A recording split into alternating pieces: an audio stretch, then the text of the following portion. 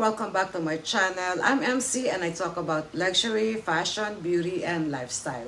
Today, I want to show you a bunch of beauty products I picked up from Charlotte Tilbury. Most of these are new to me, but there are a few that I've tried before and I really like it. So if you are a fan of cosmetics, especially this brand known in the world of high-end makeup, then this video is for you. And if you want to see more beauty product contents in the future, hit the subscribe button and turn on the notifications so you won't miss out any of the exciting unboxing, hauls, and reviews. Drop a comment below and let me know what you're most excited to see as well. So, let's dive in. Since we have more than 20 products today, I'll just start with whatever I pick up first. Here, I got 5 Charlotte Tilbury lipsticks, 2 from their Kissing Satin Shine formula and 3 from Matte Revolution. This one is the Matte Revolution, a cashmere cream texture with a soft matte finish.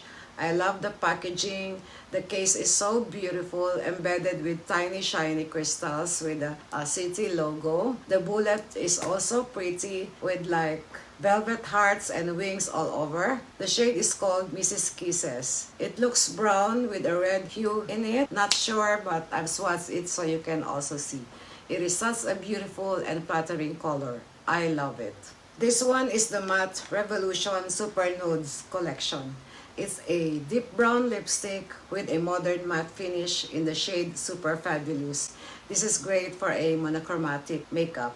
Nude brown lip is the new red, they say. It's also a beautiful color and this will work for all complexions, whether you have fair, medium, or deep skin, from cool to warm tone. It's muted and very natural looking. This Super Fabulous lipstick will perfectly match with the Charlotte Tilbury Lip Cheat Lip Liner in Hot Gossip or Foxy Brown. But I'm going to use the Pillow Talk Intense, which I also purchased from them. This lipstick really has a wow factor. It's in the red carpet red. It's matte and it features ingredients for plump-looking, hydrating lips in a long-lasting kissable formula. This true ruby shade is for amping up the glamour for the classic Hollywood effect as described in the website. It is such a beautiful, vibrant red and perfect for evening events as well. I'm sure it will make your teeth look white. Love it. This lipstick is from the Kissing collection, which I really love. It's in the shade Stoned Rose. It's described as a warm coral rose moisturizing lipstick with a magic satin finish. This shade is absolutely great for an everyday makeup look. And this formula helps protect your lips from UV damage, leaving them cashmered, soft, and hydrated. It claims no bleeding outside your lip line, which I really like for a satin finish lipstick. The last one, I believe, is in the new Kissing range formula. The Hollywood Beauty Icon lipstick in the shade 90s Pink. The packaging is so lovely. It's in a pink like rose gold tube. I actually had a hard time choosing between the Icon Baby, Candy Chic, and this 90s Pink because I love them all. I ended up buying this one because it's more wearable and perfect for my skin tone. It is described as a dreamy 90s inspired warm rose pink lipstick in moisturizing formula with a soft satin shine. It comes with a lip cheat lip liner as well, the 90s pink lip cheat. But if you have a tan deep skin tone, you can pair your Pillow Talk Intense with this Assure matching lip liner. This lip cheat liner creates a smooth, seamless line to resize and reshape your lips for a fuller pout. The non-smudge formula lasts up to 6 hours with no feathering or transferring, and the texture is rich and velvety to layer comfortably on your lips. You can wear it alone or with a lip gloss for a lighter finish. So this is the 90s Pink Lip Cheat Lip Liner. Because I love lip liners, I got two of these Pillow Talk Lip Cheat lip liners. Lip liners are a must when wearing lipsticks because they define the shape of your lips. They act as base for your lipsticks, leading to long-lasting color. They prevent lipsticks from bleeding, smudging, and feathering. What I love about the Charlotte Tilbury lip cheats are they last up to hours, so they have a long-lasting waterproof formula. This one is a Pillow Talk 2 Medium, and this one is Pillow Talk 3 Intense. The original Airbrush Flawless Setting Spray in 100 ml. It's a lightweight waterproof setting spray to prime and set your makeup for up to 16 hours. Wow, that would be amazing. It claims hydrating, smoothing, pore blurring, giving you an airbrush effect. It promises that your foundation, concealer, bronzer, and powder won't melt, fade, or crease. I've used so many setting spray and they all almost have similar effects. Some are dewy with skincare formula, long-lasting, but this one, it can hold up to 16 hours. That's why I'm excited to try it. Yay! A blush! I picked up the Chic to Chic blusher in the shade Loved in the Drag. I love that this is two-tone, so I can mix them together if I want to. It has a creamy color, rich texture in cool shimmery pink to create an ultra-flattering makeup look. It is buildable, so it gives a healthy, perfect, even glow. The outer ring is the Swish shade, and the inner circle is the Pop shade. Apply the outer color in soft circle to the cheek and pop the center shade into the apples. Or you can use the two-tone on tone colors together if that's what you like. I prefer this combo because the pink is much brighter and fresher, yet natural looking shade. This cool pink is my ideal blush to wear with my red lip, berry shade, plums, pink and pinky nude lipsticks. This is the Magic Vanish Color Corrector in the shade Tan. It's a pigmentation color corrector used to neutralize and smooth to cheat and conceal pigmentation. It's buttery, feather light, and easy to apply. I'm not really sure if I pick the right shade because it's orangey. It's my first time to be using a color corrector, if ever. So I just hope this will match my skin tone. I will be using this on my under eyes because I noticed that my circles are starting to become visible when I use concealer alone. This is Charlotte Tilbury's award-winning finish powder. It is the Airbrush Flawless Finish. It's a complexion-enhancing micro powder for flawless, poreless looking skin. It has smoothing, pore blurring, and perfecting powers for the ultimate airbrush effect. I just hope that this shade would match my skin tone as well. I would like to apply this under my eyes with a powder puff and powder brush on my T-zone and chin. It's a good sheer setting powder, but I wish I bought a mini too because it's good for on the go. This one is finely milled and non-drying. I love my Chanel translucent setting loose powder, but this one is pressed and it's more for the under eyes. I also got one eyeliner. This one is the iconic Pillow Talk eyeliner. This is smoky berry brown, is easy to blend, long-lasting, and perfect for adding dreamy definition to your eyes.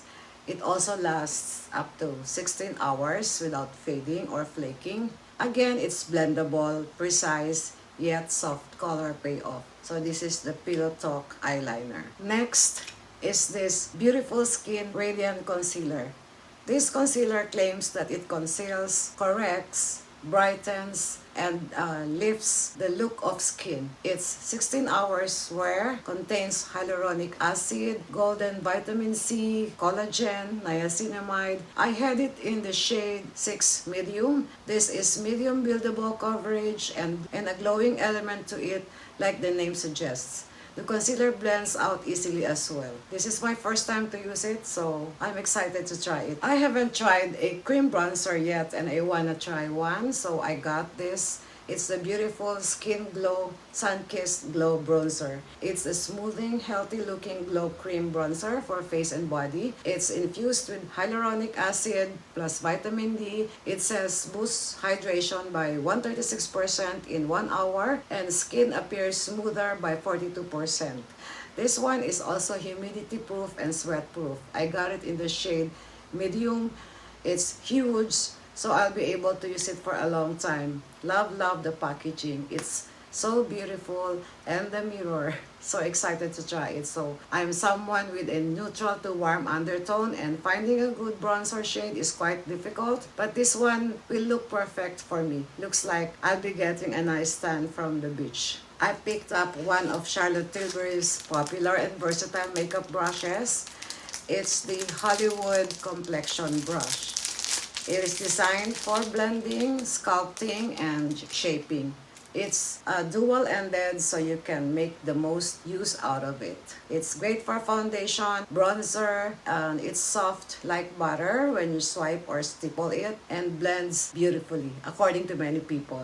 It's very dense and mobile. I like the length. It's not too long or too short, so it's easy to control and provides a precise application. This one is a primer. It's the Invisible UV Flawless Poreless Primer with SPF 50. It is a wayless primer with a satin smooth finish. It also has hyaluronic acid, therefore hydrating, wrinkles and pores reduced by 2 times as well.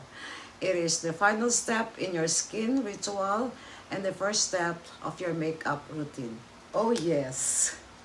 This is the Dreamgasm Luxury Palette Eyeshadow. It features my favorite shades, Champagne, Rose Gold, Warm Copper Bronze. It's perfect complementary eyeshadow shades. You can apply them individually or all together. These lustrous, rich colors are long-lasting and won't sit in the crease of your eyelid. I love that it includes a guide on how to apply it. There's a color prime, enhancer, smoke, and pop. It's such a beautiful quad palette.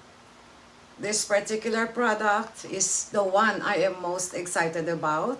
It's my first time to use it. The Hollywood Flawless Filter. I got it in the shade 4.5 medium. You can use it before or on top of your foundation. Mix it with your foundation as your highlighter, or you can use it on its own. It claims moisturizes skin up to 24 hours because it has moisturizing glossy oil plus smoothing airbrush polymer. The coverage is sheer and illuminating. Alright. I have another Charlotte Tilbury's award-winning airbrush foundation. It's the Airbrush Flawless Foundation.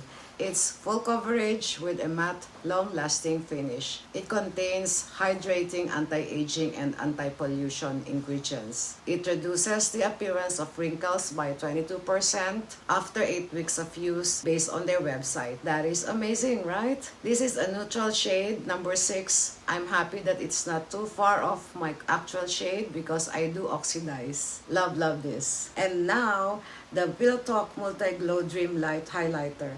It's a limited edition with a new glitter packaging, which you will see in a while, close up. There's another shade for this highlighter, and it's called the Roman Light in a cool tone nude pink. This Dream Light, however, is in warm tone pink. The packaging is to die for. It's so pretty. Look at that. This highlighter creates a beautifying glass-like fairy glow. It has a silky smooth power formula for a dream-like ambient glow on any complexion. Apply this to enhance and add dimension to your cheekbones, temples, eyes, and cupid's bow. If you want to use this from day to night, a wet brush is recommended for skin gliding effect to dial up the glow. Spritz some setting spray onto brush, maybe. What a glitter design compact. I'm happy that I was able to get one of this.